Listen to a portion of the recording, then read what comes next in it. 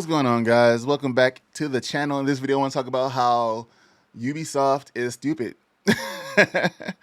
This is about the interview that people have mentioned on a lot of places with Chris Deed talking to Nicolas Pourard and Didier Genevois. I think that's how you say their names. I'm believing those are French names.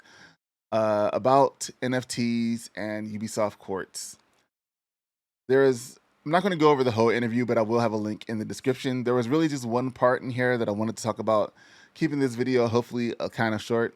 So about the things with NFTs that I do want to talk about, aside from that question, is that I think the idea behind NFTs in gaming is kind of cool, right? Like, I think that the idea, not using NFTs, but like the purpose that they're claiming NFTs are for, is cool. But we've seen that this stuff can be done without NFTs. Now they're claiming that the NFTs are going to use, what the system that they're using is like using a million times less power than one Bitcoin transaction. It's like they're deflecting onto Bitcoin so people can look at that instead of NFTs, but there's still a lot of NFT transactions. So they can still give players unique items with unique serial codes because serial numbers can be pretty much finite depending on how long you make the digits. And there's a lot of combinations you can do to it. It also makes scarcity in the item when there are so many serial numbers, which is pretty much NFTs are. So how do they sell knife skins and CSGO? How do they sell those knife skins? They're not NFTs and people still get mad bank off of them. Same thing can be happening with a lot of this stuff. Selling games itself would be interesting, but nobody really seems to have any idea on doing that. All right, here's the question. Here's the statement that was made. It's not just the environment I fear. A lot of the feedback I read suggests that gamers view or fear NFTs being the new microtransactions or the new loot boxes, that digits are going to make gaming with Ubisoft more expensive. Are they right or wrong? First, players are always right because they are our players and we love them, and so they're always right. That's all I have to say to that. But your observation is correct. So what's the observation? The observation is that the feedback suggests that gamers view like that. Okay. The first point I would say is that digits are fully optional. Duh. You don't have to say that digits are fully optional. The issue is that NFTs will become the new microtransactions or the new loot boxes. Those are optional. You don't need to use microtransactions and loot boxes. That doesn't help the fear that they're going to be the new microtransactions and loot boxes. It's something we've built outside the game's economy, so you can use Quartz or you can choose not to use it. It's really a matter of personal choice. Like it's still a matter of personal choice, though, either way. At no point will we force our players to use Quartz and digits. We never force the players to use microtransactions and loot boxes. I mean, you might kind of force them. You don't force them to use loot boxes. You might kind of force them to use loot boxes. Like if you go through the end of a stage and it's like, oh, here's a box, open it up, and or card games, loot packs are pretty much the same thing. But that's an option if you want to click that or not. You don't have to. You don't have to open loot boxes. You're not forced to do that, Johnny. We just informed them that there is a new system that could provide them with higher value than existing ones. So that's the very first point. But the very first point of the question was NFTs being the new microtransactions or the new loot boxes, and digits are going to make gaming more expensive. Then there's the way we built the platform regarding eligibility criteria. We made it so it's somewhat hard for people to get into. Now look how they made it hard. This is how they made it hard to get into. You must purchase the game. Games mostly on sale. Game Pass, you have the game. Or Ubisoft Plus, you have the game. Didn't have to purchase it. Second, you must play at least 2 hours of it. Now, who defines how much of this game that you played for 2 hours? Maybe you just purchased the game and turned on your system with the game on, loaded it up, and now you're just sitting there for 2 hours in the game. This is pretty much the same as mining coins. Like they just turn on the system and let the miner do the work. So they can also just turn on the system and let the game sit for 2 hours. I have games on my Steam with hours logged because I just left the game on and walked away. And it's saying I played the game for longer than I actually played the game. Come on. So it's a bit complicated for pure speculators to go in there and invest and inflate the markets. No, it's not. 2 hours is not a long time.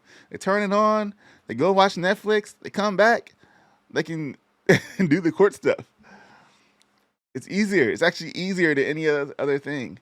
It's not that complicated either, but there are so many other options out there for speculators to get into and mess around.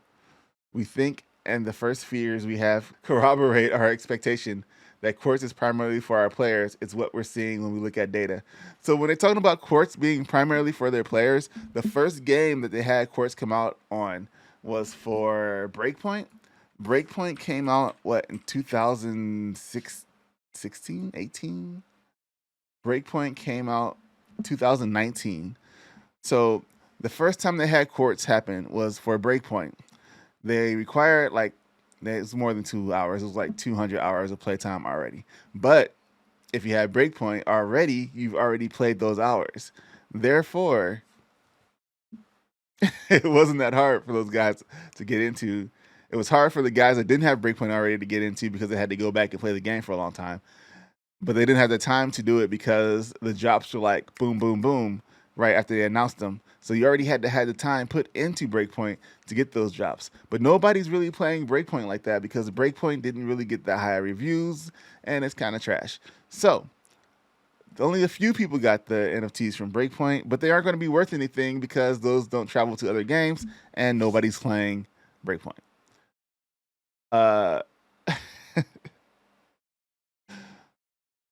So Breakpoint came out in 2019, 3-year-old game.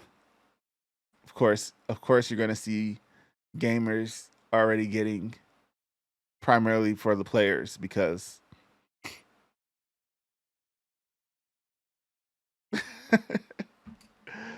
remember, this is still an experiment. We will adapt the volumes of our upcoming editions so that there's not too much inflation.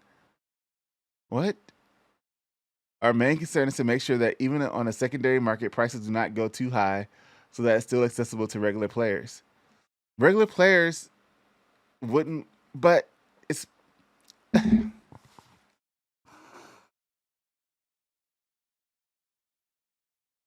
All right, so the whole point of NFTs and gaming, right, what they're selling is play to earn. Play to earn means you just play the game and you get the item. I'm playing and I earned it. Why would it be expensive for me, a regular player, to get anything that I'm earning? I'm earning it. I don't have to pay anything for it. So how does that, why would I want to, and then why would I want to buy the item? Like if it's like too expensive, which means the items aren't going to have any value to begin with because you want to keep, you're saying you want to keep the cost low. So why would I want to invest the time or money into an item that will be like $5 and I can sell it for $5? Why would I do that? Why would I just not play the game using whatever I have in the game? Like, I guess people do it with microtransactions. I mean, yeah, microtransactions, they'll spend $5 for a cool helmet or something like that. And I guess the people that already have the game, that have been playing it for a while, will have that item to sell to them, to sell to other people. So it's like microtransactions that's peer-to-peer. But like I said before with the CSGO knives, that kind of already existed, unless they're going to have, except this is probably more an in-house marketplace, but even still, they can still do the same thing by attaching some serial numbers to those items and products. Just like they're going to adapt the volumes or up the volumes of their current stuff, make it better, make more of it. They can make more serial numbers by making sure they have enough string of numbers, just like they do with the codes they give to everybody that buys a game and they got to receive a code for the game. You can sell 2 million codes or 10 million copies of a game, 2 million codes, and you have enough codes. So I'm sure you can make enough serial numbers for digital items without them having to go through the blockchain. But what happens when they go through the blockchain is that you have to pay some kind of transference fee, right? So it's like when you get food delivered to your house, you got to pay a delivery fee. A delivery fee be like $12.50. I believe, I'm pretty sure we're gonna see something similar to when a player tries to make a transaction with another player over an item that they have. They're gonna get that delivery fee, and that is where the company makes the money from on the back end. And so they're like, it's win-win. But in actuality, the player's probably playing a little bit more because they're paying 2 people instead of just 1 person. That's what I'm thinking. For clarification, something like the skin NFT we've seen released for Ghost Recon Breakpoint, will that also be available to buy through the game economy or even earn in the game and then only become a unique NFT if acquired or registered through Quartz? No, so those skins are exclusive to Quartz. You cannot get them in the game if you do not go through Quartz. That's what I want to say, though, about the NFTs in this game. Just want to talk about that part of it. I feel like they really were trying to talk over what the issues were. A lot of deflection here going on, because when they said you want it to be another microtransaction, people are afraid of it being the new microtransaction or loot boxes. They just said the same argument they said when it came to loot boxes. The article does say that, English isn't these guys' first language, but at the same time, they know how to communicate pretty well. That's my thoughts, man. And the NFTs in gaming, like in the future, maybe not in gaming, but I don't know how they would make a case use for it. But there might be something useful, something similar that could be more useful. I feel like they should have waited until a lot of the problems were solved with it, like until energy consumption is like way down. Till they found like a way safer alternative instead of finding the one that has 1,000,000 times less power than a Bitcoin. Technology is still so new. It's not something they had to rush into. I just made a rhyme, guys. I'm a poet. All right, guys. Thanks for watching this video. Tell me what you guys think. And until the next one, I will see you in the next one. Until the next one, I'll see you in the next one. Yeah, that works. All right. Peace.